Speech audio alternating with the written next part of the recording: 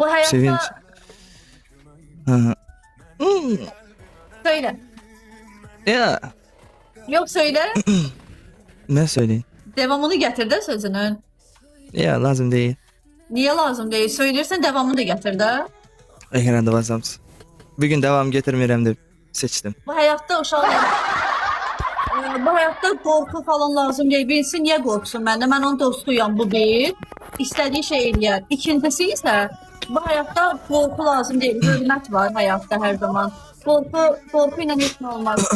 İnsan insana hörməti varsa o bəs eləyər.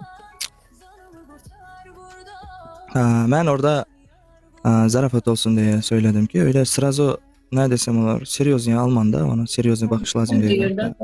Düzdür. Hmm. Doğru deyir. Ekranda basıp oturamız dostlar. Teşekkür ederim hamınıza.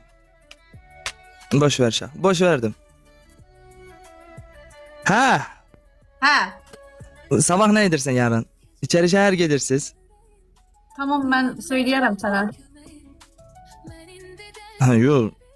Orada söylediler ki içeri şehir varıq dedi. Ulaş sabah. Şu an burada yazılar.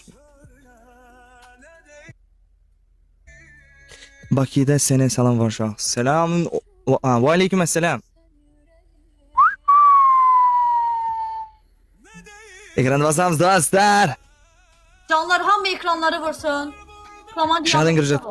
Şaka kardeşlerim şakaladım yeni versiyonunu inşallah.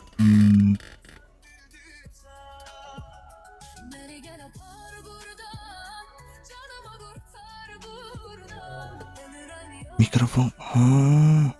Darıxmışdın mikrofonun üçün. Çok.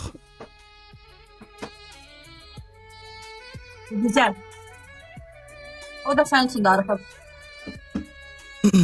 Ha. Darık Hanım'dan çok mahnalar söyledim buna. Valla. Hı hı. Tarıqdığından öpdün onu.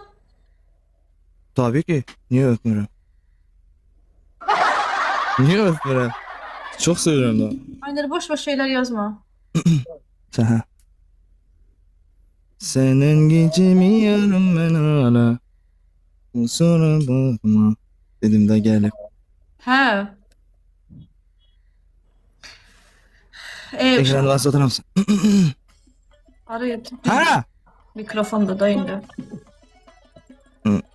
Sürüyorum çok yaxşı görürüm de niye benim sesimi sizlere yetirip vergen şeyin ne hemen